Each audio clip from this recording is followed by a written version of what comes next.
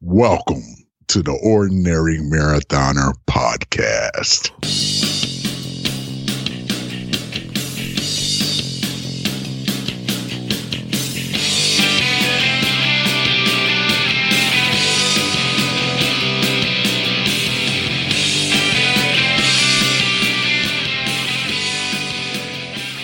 Hello and welcome to the Ordinary Marathoner podcast. My name is Scott. I'll be your host today. Got two guests for you today. I'm going to bring them in just a moment. As always, you can find this and the back episodes of our podcast at our website. It's called ordinarymarathoner.com. Check it out if you get a chance. You can also find them at the aggregators, places like Stitcher, TuneIn, and iTunes.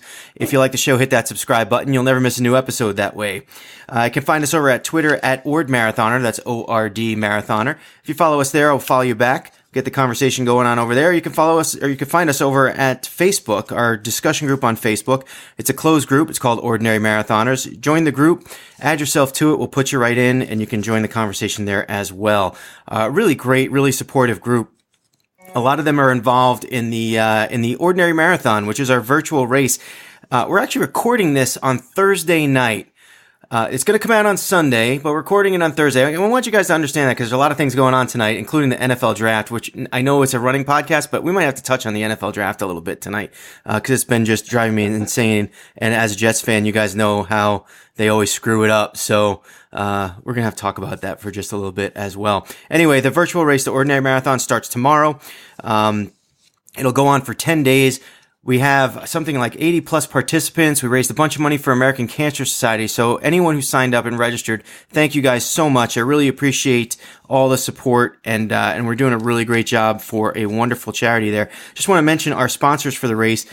Greasy Girl Headbands is one, Greecie. They do a great job over there. Destination Vacation, you can find them at www.destination-vacation.com. They've given us a lot of support for the race. The Sam Fund, a cancer-related charity run by Samantha Watson. Really, they do a wonderful job as well. Nathan Sports, they have donated a couple items that we can give away during the virtual race, along with Queen Bean Coffee.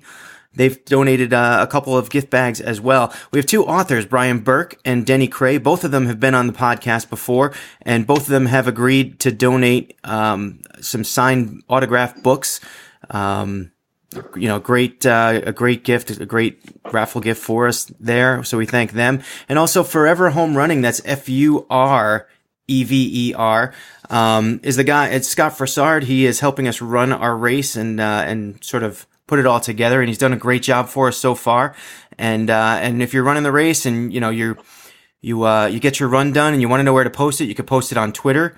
Using the hashtag Ordinary Marathon, or you can post it to our Facebook group. We have an Ordinary Marathon Facebook page, or you can go to Forever Home Running, log in, and then insert it right there.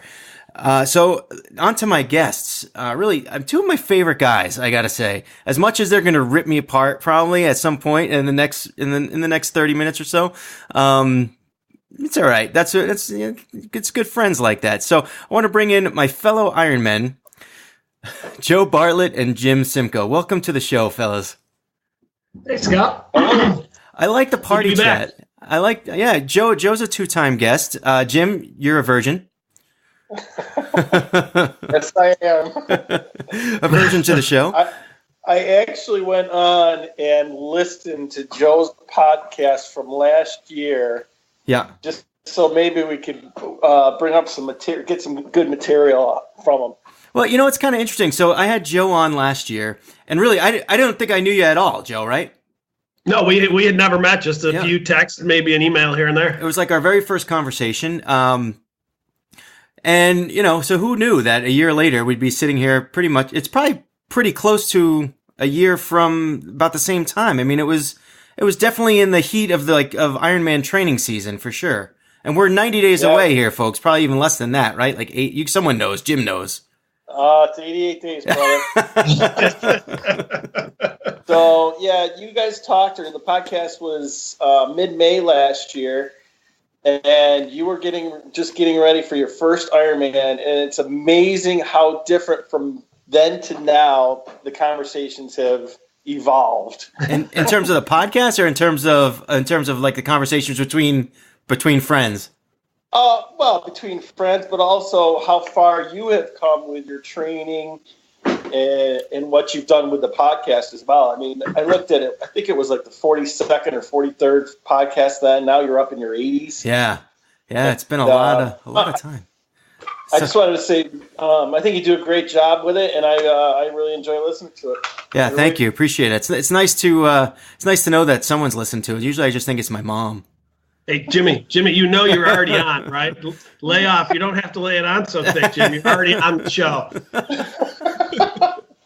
You made it to the big time already. Enjoy it. Guys, I also want to let you know that I'm looking at Jim here on Skype, and in the background he has a Christmas tree that is just covered and decorated in all his Ironman medals. It's sort of unique. So we do these Skype. We had a guy on, Mike Taruso, a couple of shows ago. He had an entire curtain rod full of medals. You've done something different here with the decorating. Now you do know it's May. Yes. I do know it's May. Tell them the truth, Jim. That stays up year round. I don't take that one down. I don't blame you. You know, you do something like an Ironman, and I think it's a good conversation piece, and it's a very creative way to display the medals. I don't think I've seen anything quite as creative as that. Actually, yeah. So those are medals from all my races. Not just the Ironman races, but I do have the curtain rod on the other side of the phone. So I don't get to see that one. But so let me ask you guys this. So Joe, we had probably broached this last time, but we can refresh since it's been 40 podcasts since then. Sure. Now, obviously, these guys, we did Lake Placid together last year. And then we went and we did Maryland together as well. So some of you guys who listen to the show probably go, "Oh, they're those guys," because I talk about them so much when I kind of recap my Ironman experiences. But obviously, I was the newcomer that year. I was wearing the orange wristband, and but so how many times have you guys been through this race, through the training and all that? How long have you been doing it? So for me, Scott, this will be my 4th year in Lake Placid. And then obviously we did Maryland. So this will be my 5th Ironman this year. Jimbo. And this will be my 8th, my 6th in Placid. I've done Mont Tremblant 1 year. And then we did Maryland once last year.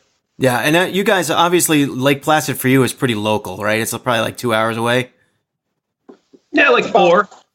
Oh, really? Yeah, Wow. 4. Wow, I always just think when you grow up in New York, it's like there's upstate New York. When like I grew up in sort of like that, like city, tri-state area, and so there's upstate New York. And when you think upstate, you just think every other place north of New York City, and you think it's all close together, but really it's not.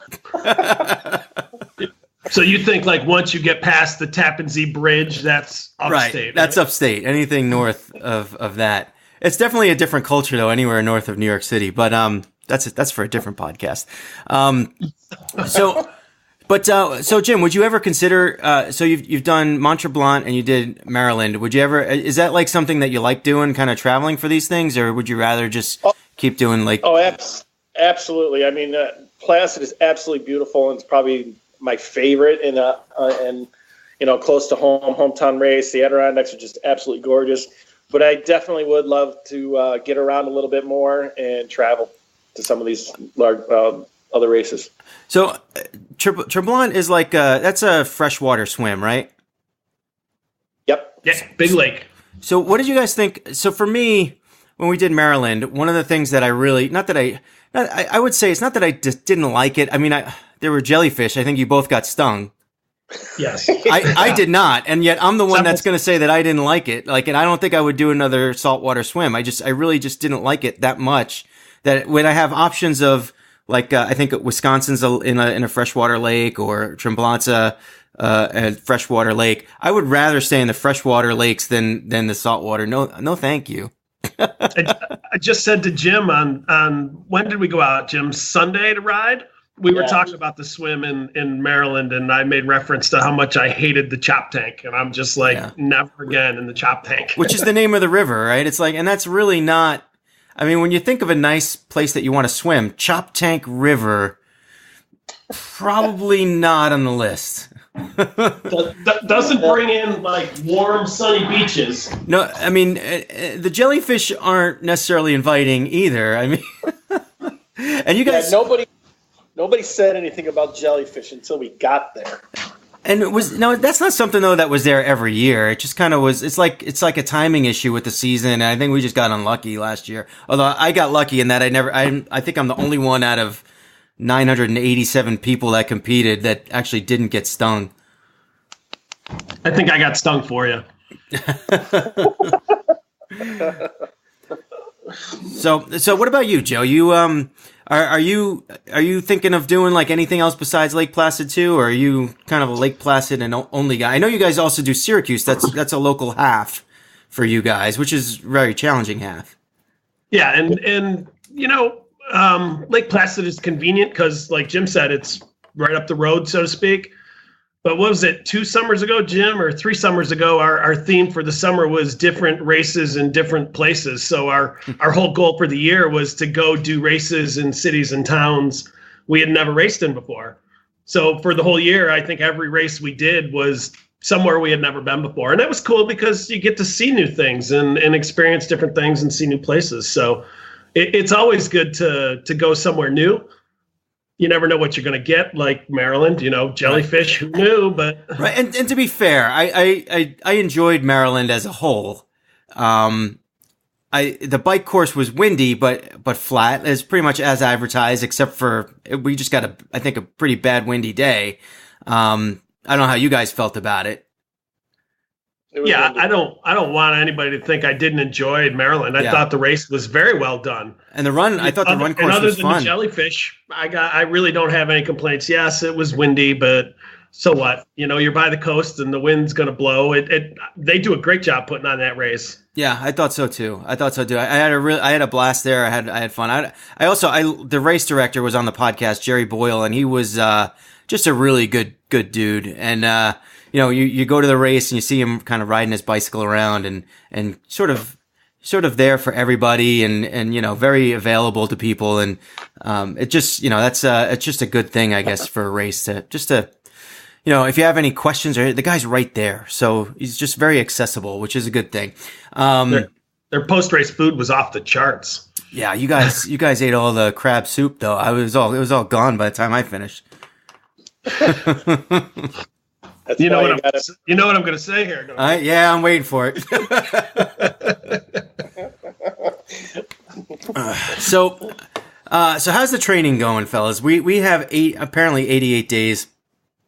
Are you guys ready, or you still have work to do, or how's it going? Go ahead, Jim. Well, the weather in central New York has not cooperated. I'll start there. Yeah. So I think a lot of people have had that problem. Yeah, getting outside has been a challenge. Although Joe and I did get outside finally this past Sunday, got a nice long ride in. And it was kind of a wake-up call to me that it's been a long winter. And, Placid, there's a lot of climbing. And I need to spend a lot more time on my bike in the next 3 months or 2.5 months to really feel comfortable heading into Placid. But no, otherwise, overall, I think it's going really well. I'm fine with my swimming. Run's good, body feels good. Staying healthy is key. Doing some different things this year to make sure that keep the body healthy and keep moving forward. Yeah, and I just so everyone knows too, like Jim is like a crazy fast swimmer. Sub an hour or right around an hour? Right around an hour. He gets out of the water right around an hour. I think Joe and we're the same exact pace. 2 times in a row. It's in the pictures, right? Well, that was so funny. So Joe and I literally got in the water at the same instant. And then obviously you lose everyone in the water. You're just swimming around and everyone looks the same because they're all wearing wetsuits and caps. And then, we asked each other when we finished and we're like, yeah, we both kind of finished around the same time. And then we got our photos back and we're standing next to each other getting out of the water. And we never knew. I had no idea. Who was in front? Wait a minute. Who was in front? I think I was an arm, just a shoulder in front. I'm going to look up that picture. As a matter of fact, that's going to be the picture that I post with this podcast. Scott was in front. Yes, Scott was in front. But like I told a friend last year after the Syracuse half, we time all 3 legs, right? Not just the one. My transition's a little slow too. I thought you were making a cake. I was getting out. You know what? Getting out of that water. I was just so thankful to get out of that water that day. Just I don't know why. I don't know. I think I never really, not that I never trained in the salt water, but I felt like it was really, like the lake, I don't know, it was very tight compared to Lake Placid. Obviously when you're training, I was just kind of out with a couple people. I never got to train in traffic, but, Lake Placid, I felt like I had a lot of room to swim wide, which is what I did. They have a cable there that you can swim on the cable, and it'll just take you around the entire course. But, I stayed well wide of that, and which I'm not going to do this year because I want to beat you in the swim, Joe. I want to cut out all that extra distance. You want to beat me or him? But there was I want to beat you. But I think so last year what I did, I used my GPS after I was so wide. They said I swam like 2.7 miles or something like that. Which I figure if I can cut that out and just, whatever, I'll risk some elbows to the nose, maybe a broken toe, whatever. I think I could still race with one of those. Well, I don't know. I'll just be a little more aggressive in the swim and take some of that extra mileage out. But I was the same way. And I think it was that current. I didn't like the current, couldn't handle the current. And especially going around those corners, the current would bring you kind of in, and then so you'd have people on the inside that were fighting to stay outside, but people on the outside were just trying to cut the corner, and it was, I don't know, there's a lot of elbows, and then when the leaders caught up to you, they're just too strong.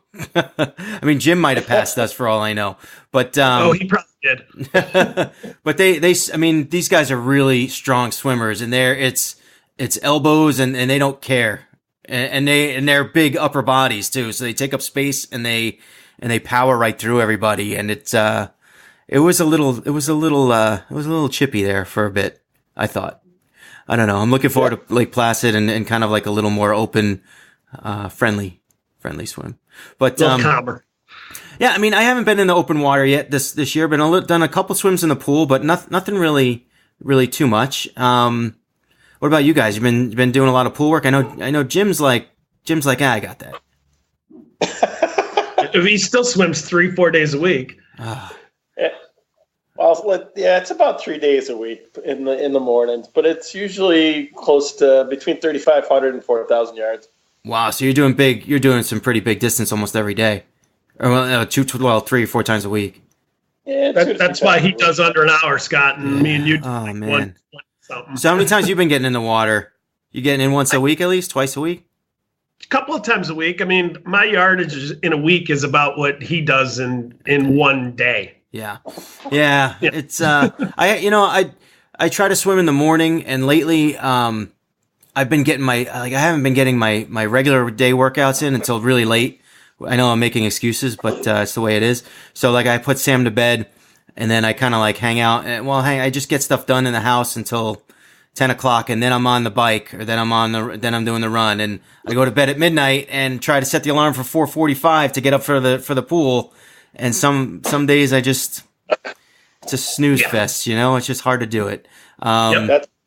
It's tough to do it that late at night and then have to get up in the morning. Yeah. I mean, I don't like making excuses, but I'm gonna. But I got to tell you, so I did, and I've told you guys this before over the last few months, is I did gain some weight. I'm actually crossing my fingers and hoping that my wetsuit still fits, because it was pretty tight for Maryland, I think. And I was about 200. I know. Well, no, it won't fit now. I know that, but maybe it's so elastic and stretchy that I can just work it in. I should start like wearing it to bed and stuff.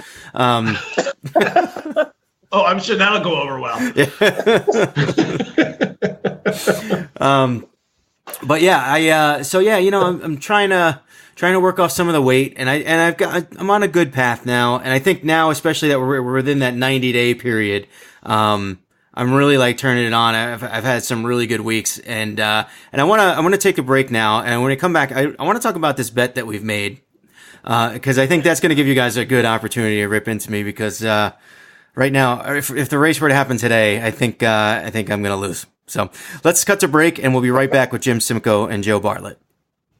Hey guys, my friend Lauren is creating an incredible resource for runners and triathletes. It's called raceadvisors.com. She has amassed a list of thousands of races, 5Ks, 10Ks, half marathons, marathons, ultramarathons, and triathlons, and anything in between. If you're thinking about running a race, look it up and check out the reviews. Have a favorite race of your own? Look it up. See what others have to say about it. Or better yet, leave a review of your own. raceadvisors.com. Read it, race it, review it. I want to tell you guys about another great small business I've come across while doing this podcast. It's called Greasy Girl Headbands. I know. I have very short hair, so what could I possibly know about headbands? Well, I know that I bought one for my wife Stephanie and daughter Samantha this Christmas. Stephanie, she uses it for what it was designed for, running and working out. But 8-year-old Sam, well, she just wears hers all the time. So the question is, how can you get one? Well, that's easy. You head on over to greasygirlheadbands.com. It's spelled GREECIE, girlheadbands.com, and select from the many styles and options they have available. I'm sure you'll find one that's just perfect for you. All right, we are now back with Jim Simko and Joe Bartlett. We're talking about the break, just at the break here, about the current, like how we're working out, and really it's, we're under the gun here with 88 days left, as Jim says. I'm not verifying the count, by the way. I totally trust you. And I know he's right too. So he tonight, can probably tell you how many hours. So, tonight is Thursday night, and at 8:30 tonight, we have the NFL draft. Which for me as a Jets fan, it's typically a sad day. But I have high hopes that somehow, and I don't know why, I kind of like this guy from the beginning, and I think lately he's been getting a lot of hype. But I really think that Baker Mayfield would be a great fit for the Jets. Now you guys are upstate New York, but I know, Joe, for some reason I want to say you're a Cowboys fan. Yep, that's right. Okay, I remember that. So, but I'm guessing that Jim's probably a Bills fan. No. No? What did I miss? What are you? Giants, maybe. Oh, that makes Giants, sense. maybe. Giants, maybe. So you're kind of not really a football guy, or you're? Oh no, I enjoy football very much. So I'm not diehard dedicated to any one team like Joe is with Dallas. Yeah, but definitely not the Bills. And sorry, but your Jets stink. Oh, they always do. They always disappoint. So they traded up this year to get to the number 3 pick. Everyone thinks they're going to take a quarterback, which they should do. And if they don't do, I mean, it would be ridiculous. But I got my eyes set on this guy, and I think if they take him or if they take the Josh Rosen kid from UCLA, I think I could deal with either one of those. I don't like Sam Darnold because they took Mark Sanchez from USC, and he turned out to be a little bit overrated, even though he brought him to the AFC Championship a couple times. And then the other guy, Josh Allen, I think is just a project, which is fine, but I just don't think he's a Jet guy. The Jets, I think Mayfield fits the Jets because he's like just an exciting player, and he's either going to be exciting and good or exciting and suck. And I just like the exciting part. So, I'll take it. So what are you thinking about the Cowboys this year, Joe? You never know, Scott. You never know what's going on in Dallas with the Cowboys, but hopefully they'll get a wide receiver. Obviously, they cut Des Bryant last week, who, he was a good player, not necessarily one of my favorites, but not somebody you just replace overnight. Even if you draft a good young player, it takes time to build up to that. But I think if they can run the ball, they still got to play a little bit of defense. But I think they'll surprise people this year. Yeah, so it's kind of like interesting for you then. I mean, I hope they surprise people this year. They probably have like a late. I don't even know what pick they have. I didn't look because I do no research for the show. But, but I didn't look to see what pick they have like in terms of number. But it's kind of like when your team isn't gunning for like a top quarterback or have one of those top 5-10 picks. As I know from being a Jets fan a number of years, it's kind of like you sit back and you wait, and it's not so interesting. It's not as interesting as it is if they're up picking, way up top. And I know for me, like I'm a big NFL fan, so I'm going to be watching the draft all night tonight. from the beginning till it's over. And, I like that they actually do this on Thursday nights. Although this year now it's given me a very good excuse to get on my bike and watch the draft from the bike, which, I don't know. Is that how you guys train? How do you guys do? Like you were mentioning, Jim, the winter. When you're stuck indoors, whatever it takes, right? You get together in groups. We got a great group that gets together every Sunday morning at 7:00. And you just get a great workout in. When you're by yourself, you don't get that. Tend not to work as hard, right? Yeah. It's easy to relax when nobody's watching, but we ride in that group and we hold each other accountable. So in that group that Jim mentioned, we have some triathletes, we have just some plain old bike racers, we have some people that just ride and don't even race anymore. They just like to ride. Most Sundays, there's probably, 10 of us, maybe 11 of us, and we just get together and laugh and throw a music video in and do our thing. So how long do you guys typically stay on the bike? Do you guys actually do some really long rides at all, or is it just mostly like an hour, 2 hours? Yeah, this year it's been 90 minutes to 2 hours. In past years we've gone longer, but this year a little different format. Actually, the woman's house that we go to, she does triathlons, obviously very good at it, and so we did her workouts, and then Joe and I ended up having to go home and do another workout after it. So, yeah, we all have the same coach. So that me and Jim and this woman, we all share the same coach, and he basically structured our Sunday morning workouts around her workouts because she's more of an Olympic triathlete, right? Where obviously we go the longer distances. So we ride hard with her for whatever time, and then, like Jim said, we would each go home and then ride again. More. Yeah. I always just found it harder. And maybe you guys find it the same way too, but I find it harder to stay on the trainer for long distance, not just the boredom. I don't know what it is. It just, maybe it's just, the fatigue I mean fatigue. It's like not just the tired fatigue, but like, I don't know, like my can just freaking gets so sore. And after a while, it's just like, it's one thing if you're on the road and you got like 10 miles to go to your car, you got to do those 10 miles, right? Otherwise you don't get home. And it's another thing when you're in the basement, it's like, screw this, I'm done. And, but I gotta say, like, I'm pretty good with it. Like if I start a workout, nine times out of 10, more than that, probably 95% of the time, I'm gonna figure out a way to get through it. Once it gets to like that 2.5 hour point, and above that, it's like, it is exhausting.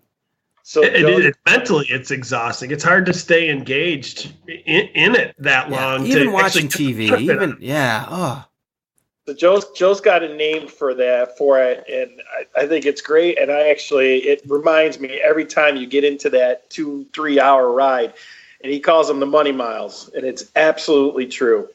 Absolutely true. Whether it's a long run or a long bike, those are the money miles. Yeah, I'm gonna have to make a little poster for myself and put that on the wall. Maybe that'll work.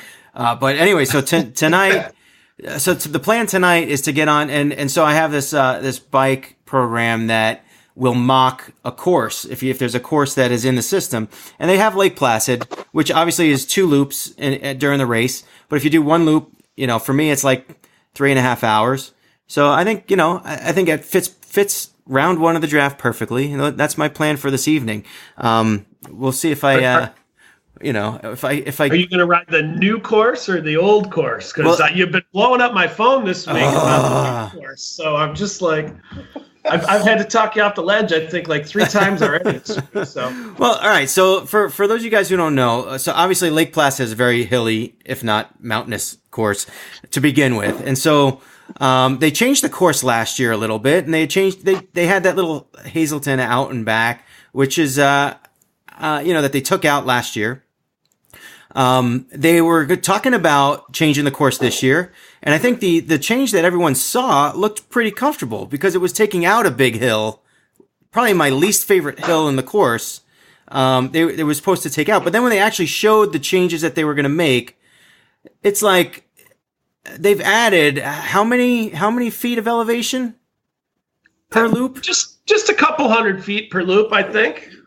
A couple 400, 500. So anyway, it went from like a 5,000 foot elevation to like an 8,000 foot. Am I wrong? No.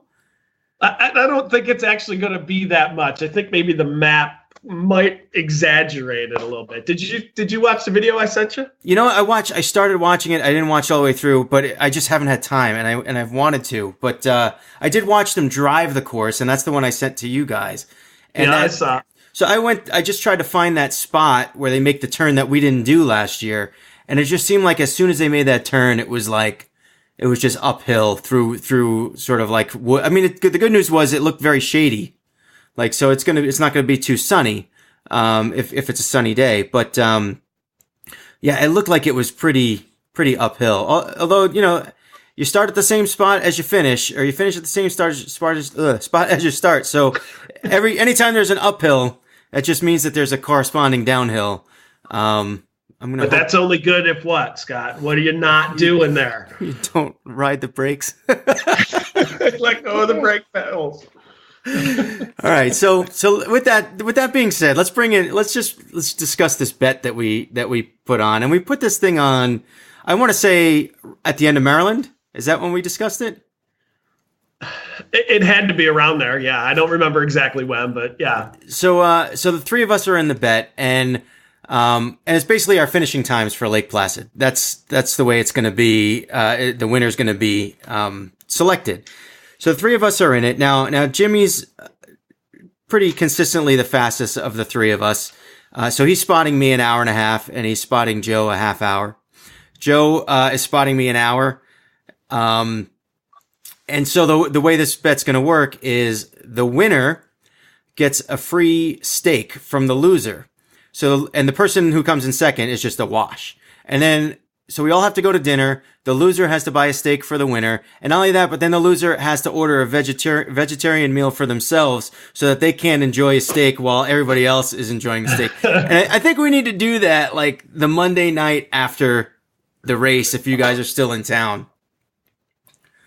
I'll be there, and sounds great. Perfect.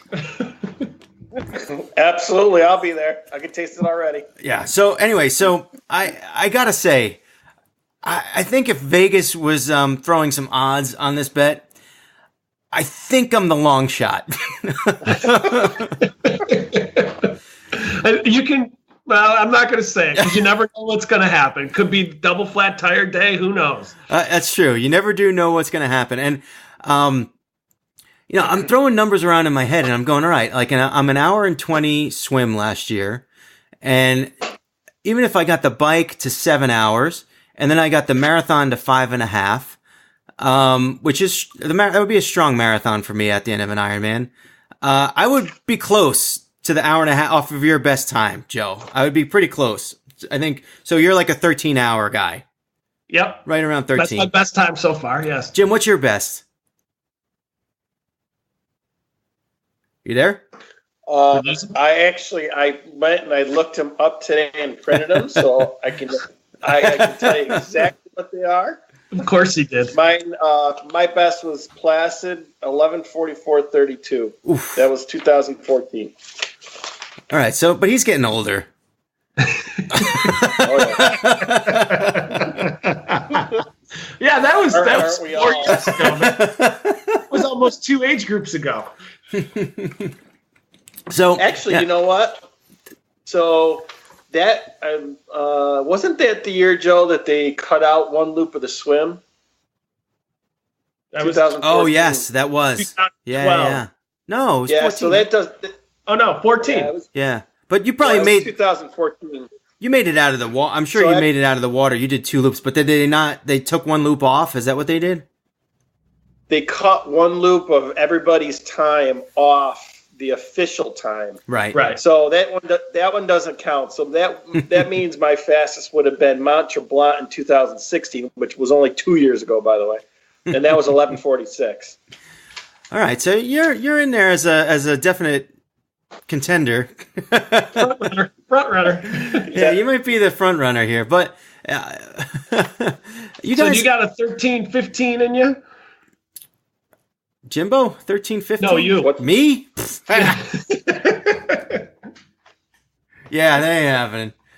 It depends. Maybe if I just do the one swim loop. Maybe I'll get the one bike loop. Maybe we could just. I need to get my bike time down. So I gotta say, like I have been. It's not like I'm not training. I've been training. Although diet, as you could say, argue is probably part of training, which kind of went out the window for a few months there. But I feel strong, and I feel like if I just lose another 15 pounds, I'm gonna be better than I was last year. I think just the experience of doing it once or twice, alone is gonna help. Maybe the course will be. You lost the weight last year, right? Yeah, I mean, you know what, the weight, I lost it kind of more gradually, and now I'm kind of under the gun a little bit with 88 days remaining and 15 pounds to lose. Yeah, but you've done it, so you can do it. Yeah, I'm not too worried about it, believe it or not. Maybe that's the problem, is I wasn't too worried about it.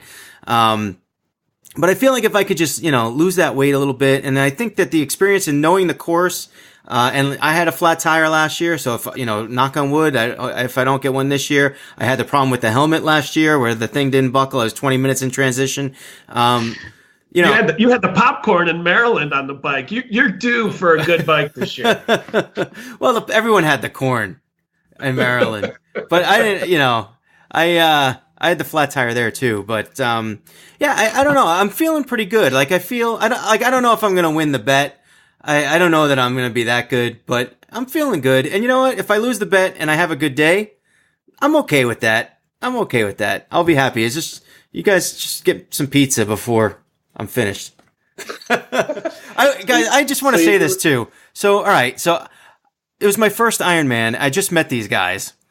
I finished the race. These guys finished like 3 hours before me. So they finished, they went, they showered, they ate, and then they came back to watch me finish. I finished, I had a little snack. We all had a little, we had a nice little get together and congratulations. We took some pictures. It was a really good finish. I go back to the room and there's pizza in my room. They just left me a whole pizza, which I sat in the tub with pizza and beer. That was classy, fellas. I just got to say. I got to be honest with you, Scott. I can't take credit for you. It was Michelle that bought the pizza, so got to give credit where credit's due. Well, thank Michelle for me. It was just something I will never ever forget. So you doing any different with your training this year to get ready? So I hired a coach this year. So last year I was freewheeling it a lot. It was just whenever I had time to train, I trained. And I did get up in the morning a little bit more to swim. And I tried to do either 2 or 3 workouts a day last year. And I rarely took breaks. I was really scared. I was scared of not finishing. And I was, I didn't know what it took to finish. So this year I'm kind of over that fear. I've got the coach who lays out my workouts for me, which is, it's good and bad in a way because my schedule is such that, having a daughter, it's like some days you just don't know. You don't know how she's going to be. You don't know if you got things to do. And your workout goes to, it goes to 10 o'clock at night or something like that. So when I was on my own, I could kind of just schedule it by just wing it. I could wing the schedule, but having the schedule, set for me, it's like I feel like I need to do it. So I either do it or I don't. Now, if it's there and it's on the schedule, I'm either going to feel good about myself for doing it or I'm going to feel bad if I don't do it. But if there's nothing on the schedule for that particular night and I have time, what I find is I just don't do anything. So there's nothing on the schedule, but it's all of a sudden here I have extra time. I have nothing on the schedule, so I shouldn't, whereas last year I would have been like, oh, I have an hour. I got to get on the bike. Which is a little different. Now, it's kind of interesting because there's more performance aspect and there's more data points that go into it all. And he gives me certain bike rides that I have to do. And it's, I'm kind of putting a little faith in him that he knows what he's doing, which I assume he does. And he's done a few Ironman himself. Although he didn't finish Maryland. You guys actually met him. I was just going to ask you. Actually, I think Jim met him. I don't know. Me and Jim were running through the town of Maryland, and my coach had a bullhorn, and he was yelling at me because we were walking. And he's like, "What are you walking for?" And meanwhile, he DNF'd. He cut his foot and he took himself out of the race and he DNF'd. And the funny part was so he actually he cut his foot it was pretty nasty. So he started the run and he realized he couldn't do it and he handed over his timing chip to a guy that was in a golf cart. And the golf cart drove around with the timing chip. So he ran, it showed on the web tracker that he ran like 10 miles in like 17 minutes because the chip was on the golf cart, but it was funny. But are you guys doing anything different this year? I know it seems like, you guys got a routine down and it's just like, kind of doing what you do. So no, actually, there's a couple things I've been doing different this year. Past years, every year I say to myself, if I did more strength training, I know I could get faster. And this is probably the first year that I've really dedicated time to do that strength training. So I think that's made a huge difference. And then the other thing is yoga. It may sound silly, but do yoga once or twice a week to keep the body flexible and stretched. I feel so good after 45 minutes of yoga. I mean, it's really made a difference to me. That's for me. Have you been dragging Joe to those? No. Actually, I'm lucky. I got yoga partners. We are not with my schedule. So they actually have yoga at work, and I can go on Mondays and Fridays at lunchtime for 45 minutes, and I can squeeze it in, and it doesn't interfere with any the rest of the schedule as far as the run and the bike goes. Yeah, I gotta say, I am the opposite of flexible. I am the least flexible person you've ever met. I'm right there with you, Scott. It's disturbing. Right there with you. It's really like someone's like, touch your toes. It's like, I'm trying. It's like, it's like my hands can't even reach my knees. That's just the way it is. Yeah. It's like, but I've heard nothing. I gotta say, I've heard nothing but good things about yoga. And it's like one of those things where it's like, I should try it. I should do it. And it's just like, I just keep telling myself I should do it. And I just never actually do it. You ever think about doing it, Joe? I get it on my schedule every once in a while, and I've done it. For me, it's not my thing. I would rather spend time stretching the muscles and the places, where I know I have issues already. Like I have back problems. So for me, I focus more on just making sure I stay loose. Like the injuries I know that I have, I try to take care of them and keep them from reoccurring. So yeah, every once in a while you'll find me doing some crazy yoga stuff, but it's not an every week thing for me like it is, Jim. And what about the strength training? Have you been doing a lot of that too, or? Oh, without a doubt. Yeah. Without a doubt. It's important. Yeah, no, I agree with you. I agree with you too. We, so I go to a gym that has like certain machines and it's like it's a hotel gym. So there's not really much there. And I do what's there. That flooded? It didn't flood. What happened to this one?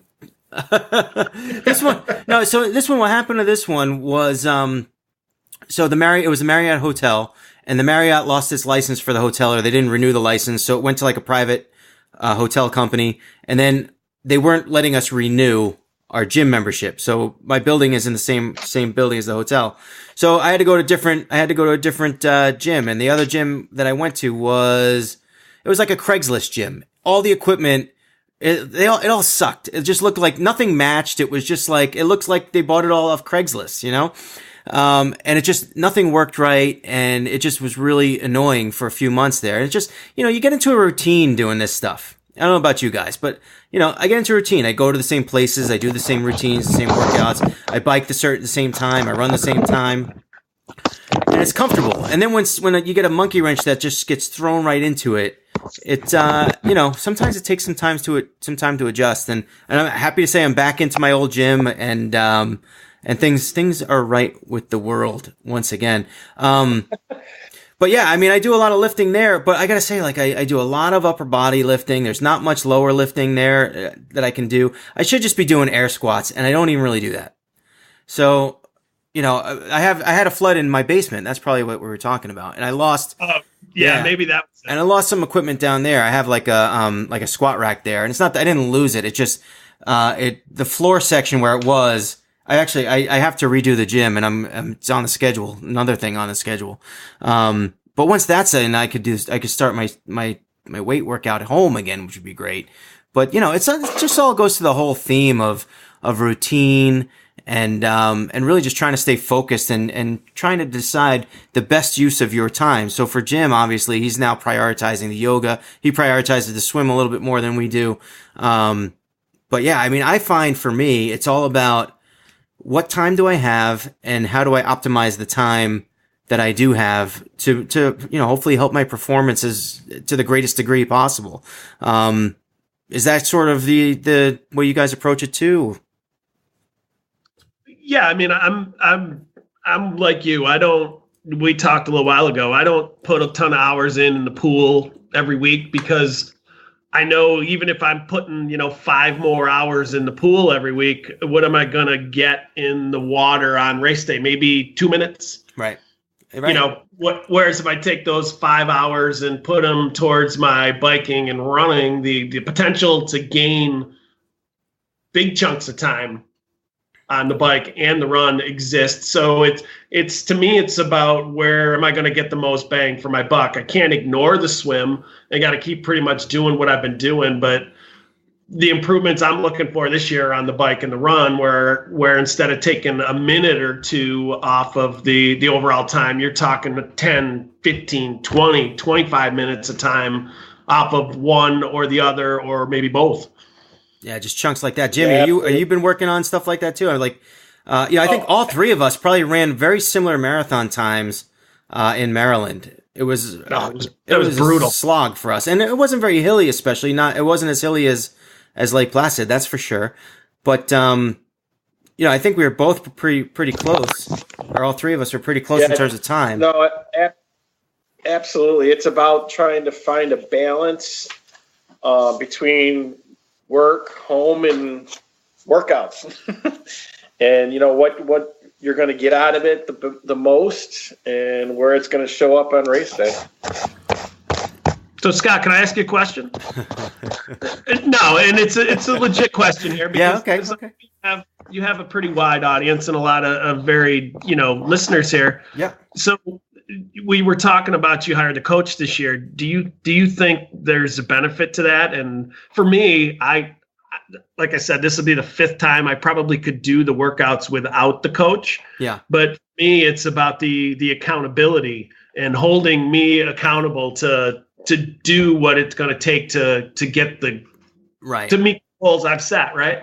So do you think that has helped you, for maybe some of those people that are listening that are on the fence or considering it? Yeah. Which is a good question. And, the first thing I want to say before I even answer that question is, that my answer has absolutely nothing to do with the coach himself.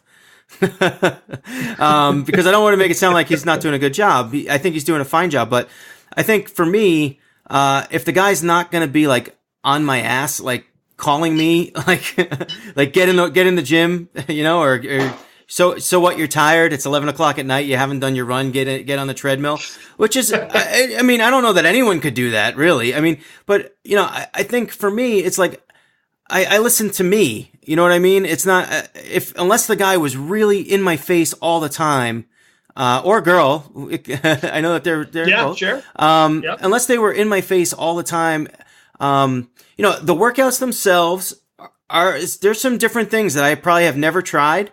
So it does get you out of your comfort zone, which probably is a good thing. I think it definitely has benefits. So there are benefits to the actual workouts that he assigns. Does it equate to the cost that I'm paying for a coach? That's a tough question. I would say for me, it probably doesn't. And it has nothing, like I said, it has nothing to do with the quality of my coach. It has everything to do with really, my time, the time that I have available, my own motivation. And I mean, I find it easy sometimes, especially when I was in sort of that rut where I didn't have a lunch gym, I find it easy just to say, skip it, skip the workout and not do it. Yeah. So, it's close. It's a close call. I do like, having the structure. I don't know if it's worth the money. And, I had an old school guy at the bike shop, the local bike shop, to talk to him one day, and he's like, and I said to him, he's done a lot of Ironman triathlons in the past, and I said, do you know any coaches around here, people I can talk to, maybe help me out? And he goes, coach, triathlon coach.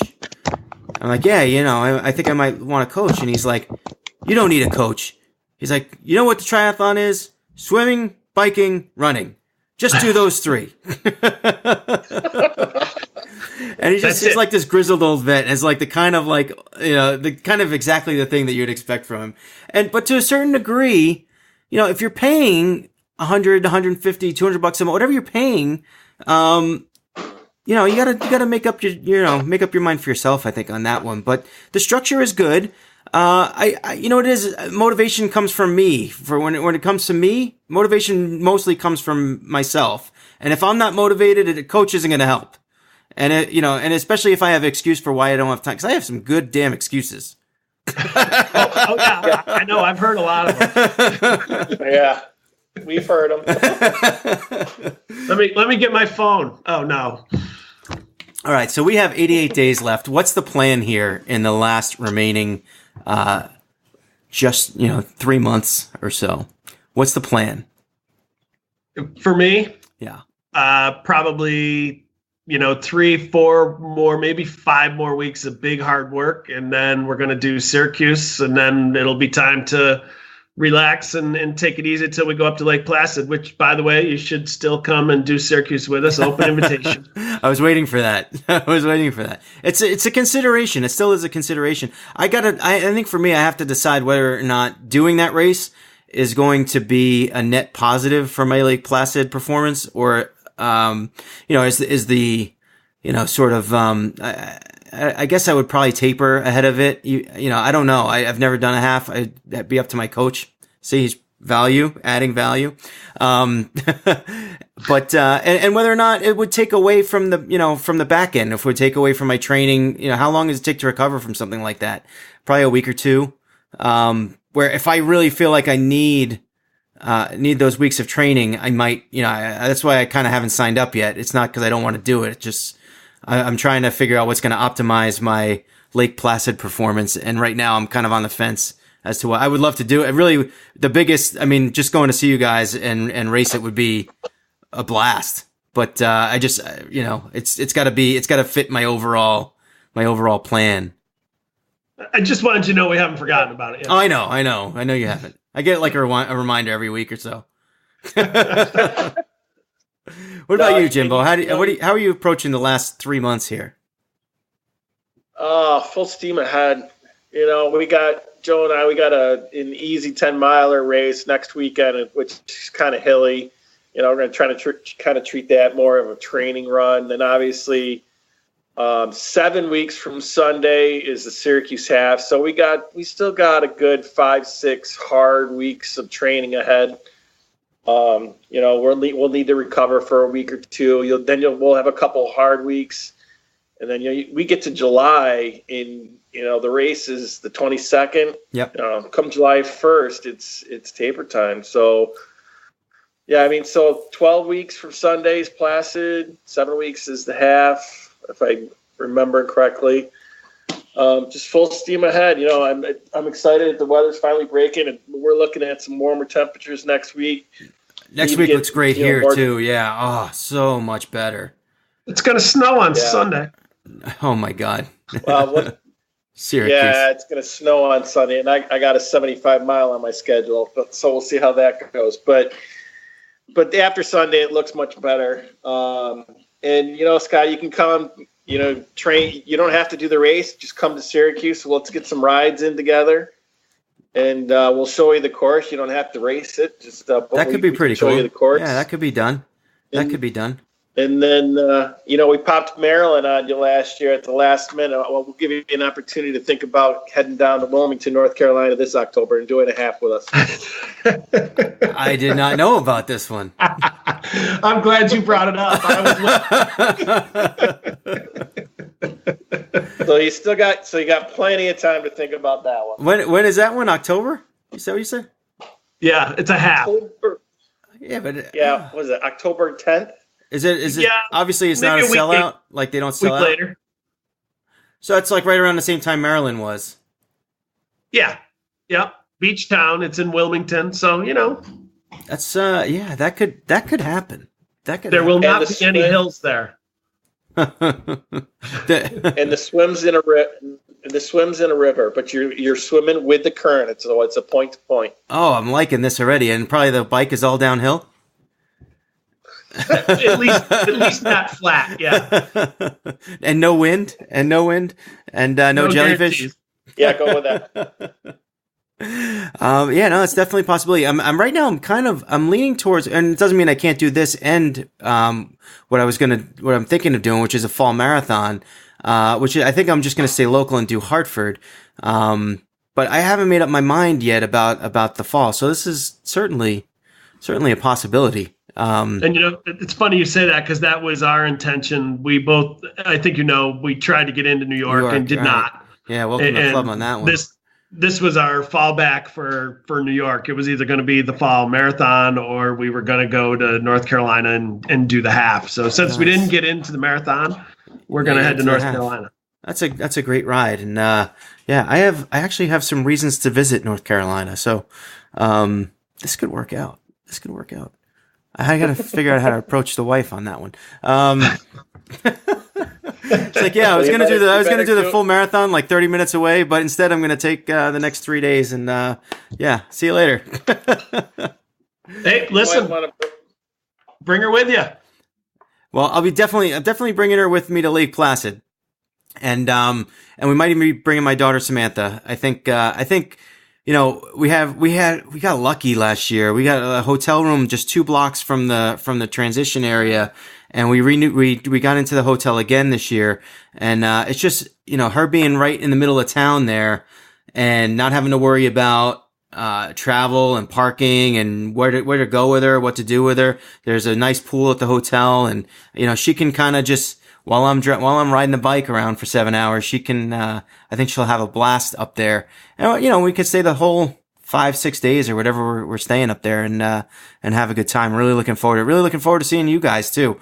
I'm gonna beat you in a swim, Joe, and then I'll probably see you at one of the out and backs when you're going the other way. And well, if you're out in front getting out of the water, I'll tap you on the shoulder when I go by. All right. I'm probably going to be wearing the same headgear as everybody else at that point, so you might not be able to tell which one is me. But I'm really looking forward to seeing you guys that weekend, and 88 days. It's going to be fun. It's going to be epic. 88 days. And you know what, too, is so last year we did the race, and I was gone within hours. I had to go home and go to work the next day, which was miserable. But this year I don't have to do that. So I got 2 more days. We got our steak dinner for 2 of us and vegetarian dinner for probably me. Although, as long as I've been saying this, Jim, and I think Joe gets pissed, and his wife would probably really get pissed at me, is that as long as she can hear you, as long as he's going to go down the keen descent and not hold his brakes, or not touch the brakes, and probably an arrow and pedal, there's a chance I could win. There is. Absolutely. I mean, it would require him getting injured probably badly. But if I happen to make it to the bottom, I'll be 20 minutes ahead of where you are. So, I can, there's a chance here is all I'm trying to say. Sorry, Michelle. Anyway, listen, guys, I really appreciate you coming on the show. I had a blast talking to you. I'm really looking forward to seeing you guys again in 88 days. Well, I'll see you in 86 days. So we gotta register. That's right. 86 days. Can't wait. It'll be great. All right. Thanks, guys. Good talking to you, man. Yeah, with that, we're going to close the show for today. This will be this. I got to go watch the Jets blow up the draft now, and then we'll have the podcast coming out on Sunday. Now, next week, I think I'm going to have my new dietitian on. So yeah, I hired a coach. I hired a dietitian. Just whatever. Yeah, because I'm made of money. Because this podcast makes so much. It makes nothing. Anyway. So I'm going to have the dietitian on. So, if you guys have like nutrition questions or anything you want me to ask a dietitian, whether it be you two guys, Jim and Joe, or anyone listening, just let me know. And because I feel like it's a good opportunity to just kind of, ask a lot of questions about, especially me when it comes to my diet and the things that I do wrong. Just good to have that conversation of how I can better structure things and how I can eat healthier for performance reasons, for weight reasons, and all that stuff. So if you guys have any questions that you want me to ask, by all means, send them in and I will ask them next week. And until then, always remember, when it comes to running, I'm no expert. I should say when it comes to triathlons. When it comes to triathlons, I'm no expert. I'm just ordinary.